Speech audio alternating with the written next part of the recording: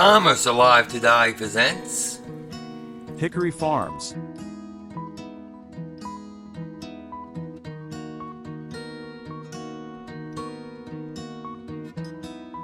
The roots of Hickory Farms stretch back to the late 1940s, when Richard Ransom and his cousin Earl Ransom started a produce business in Sandusky, Ohio, known as Dick's Markets. Seeking a business to even out their highly seasonal work, the cousins cast it around for new opportunities. Convinced that there was demand for old-fashioned wheels of Swiss and cheddar cheeses like those they remembered from their youth, they tested their idea in a small booth at a 1950 home show in Toledo. That first booth was so successful that the partners began licensing two-person crews to set up kiosks at local and regional fairs around the country. They soon added a 4-pound, 2-foot-long smoked summer sausage dubbed the beef stick to their product line, and renamed their business Hickory Farms after the Hickory smoked sausage. By 1959, Hickory Farms was selling 1.5 million pounds of beef stick via over 250 temporary booths as well as mail order. By 1964, the company claimed to have booked more booth space at fairs and exhibitions than any other business in the world. The Ransoms established their first retail outlet in Toledo in 1959. The company fostered a country store image with storefronts modeled after a red barn and friendly staffers wearing red and white checked shirts and denim skirts. Heavy sampling of sausages, cheeses, and jams was the order of every day. Richard Ransom, who quickly emerged as the company leader, put a great deal of stock in this marketing method, saying, "We think we have the finest products on the market and the best way to get people to agree with us is to give them a sample."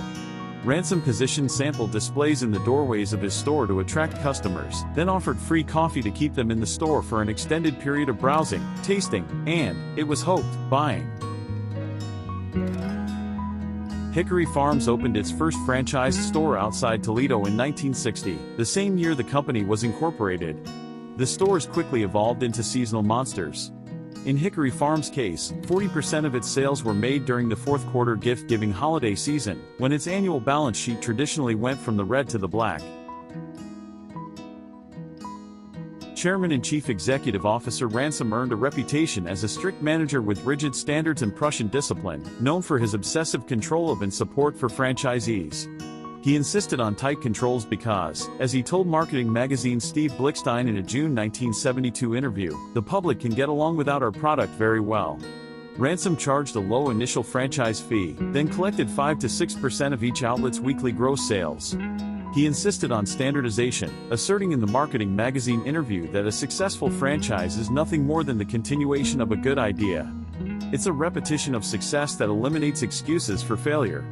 Ransom was especially sold on the power of promotion, requiring each franchise to invest at least 5% of its gross sales on advertising, asserting that when advertising goes down, sales go down.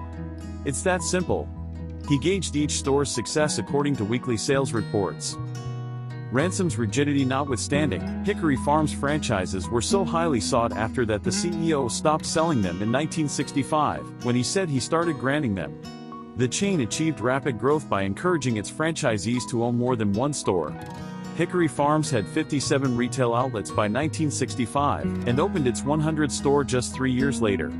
The parent company's revenues exceeded $3 million by the late 1960s. Hickory Farms' 1971 initial public offering launched a decade of rapid growth, when annual revenues multiplied tenfold. By 1975, franchising had enabled the chain to grow to over 300 units in 43 states and Canada. Although the franchise strategy had encouraged growth without significant capital expenditures by the parent company, Ransom sought to retain more profits in the corporate coffers by acquiring franchises and establishing company-owned stores. By late 1977, the parent company owned 60 outlets.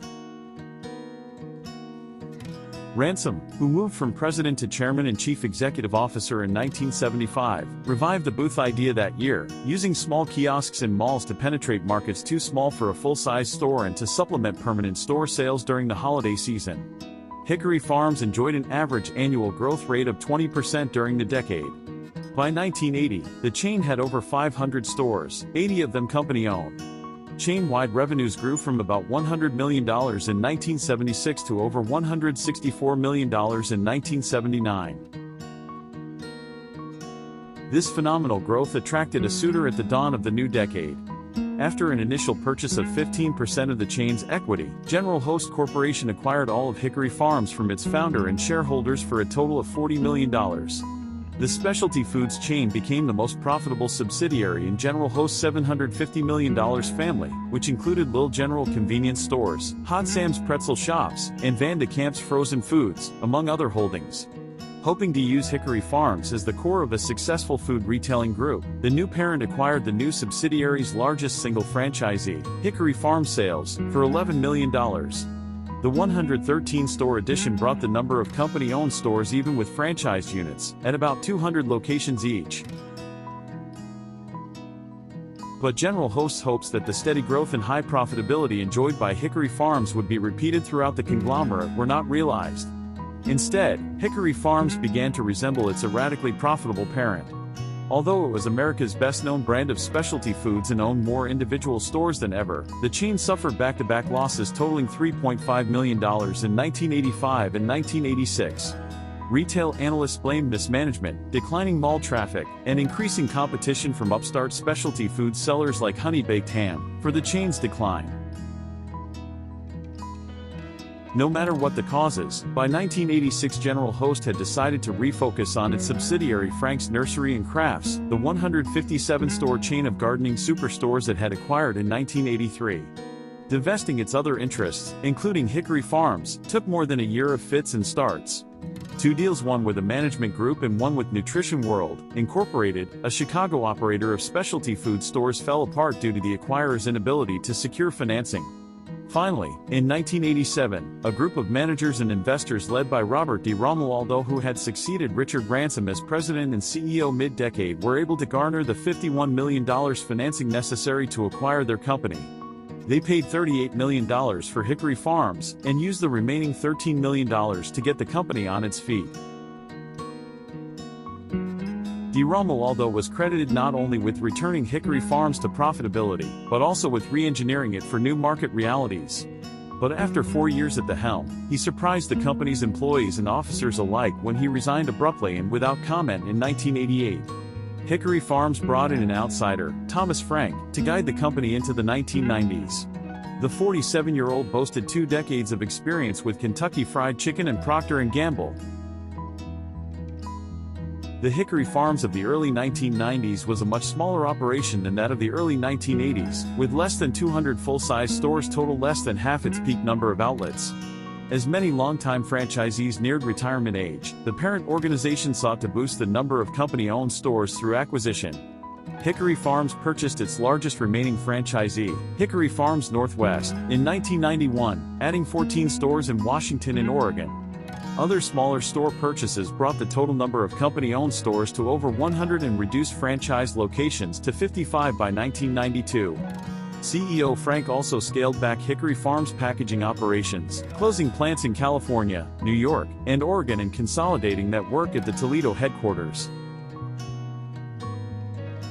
Frank set out to revitalize Hickory Farms mall stores and simultaneously cultivate more vital marketing outlets. The new CEO established a national training center in Toledo to re-emphasize the service component that had always been so important to Hickory Farm stores. But recognizing the ascendance of catalog shopping in the harried 1990s, Frank also resurrected a mail-order operation that had been phased out in the early 1970s. The company diversified from its traditional country-style beef stick and cheeses through acquisition of several catalog operations in the early years of the new decade. In 1991, it bought Blue Diamond Growers' Almond Plaza catalog business, which sold almonds and other nuts. The acquisition of Catalog Marketing, Incorporated, a California-based division of George A. Hormel and Company, followed in 1992. This purchase added Mission Orchards, a cataloger featuring premium fruit gifts, California Cuisine, a mail-order gourmet food seller, and mail-order meat gifts from Austin Street Market. In 1994, Hickory Farms acquired ConAgra Incorporated's ConAgra Consumer Direct, which included a mail-order catalog business selling steaks and snacks. Renamed Catalog Marketing of Illinois, the ConAgra purchase also complemented Hickory Farms' growing premium/incentive business, which sold gift packages used by employers to reward their employees. A site on the World Wide Web promoted these relatively new operations electronically. By the mid-1990s, Hickory Farms' product line had burgeoned to include fresh fruits, sun-dried tomato pesto, brie, steaks, seafood, and petit fours. By 1995, the chain's estimated sales had nearly recovered to the high of $164 million recorded in 1979, with about 15% of the total coming from mail-order marketing. In 2000, the company shifted away from year-round mall-based locations to focus on internet and catalog sales. As a result, the company closed its remaining year-round mall stores. The company will, however, still operate pop-up stores and kiosks in malls during the holiday season. In 2017, the company relocated to Chicago, Illinois, from Toledo, Ohio. Its owner, Module, LLC, is also headquartered in Chicago. In 2021, Wicked Good Cupcakes joined the Hickory Farms family of gourmet food gifts. Wicked Good Cupcakes gained popularity in 2013. Today, Hickory Farms specializes in gift boxes and baskets, wine gifts, chocolates, and charcuterie gifts. Its foods are found in more than 500 pop-up shops and kiosks in retail shopping centers during the holiday season. The company also does multi-channel marketing, offering products year-round in different outlandish as well as their website and direct mail. Thank you very much. Hickory Farms. It's the nicest thing that anyone's ever done for me. My delight is such. I'm deeply touched. I feel the joy of Christmas has begun for me. Thanks, Mom. At Hickory Farms, we have hundreds of delicious gifts for Christmas, all designed with one response in mind.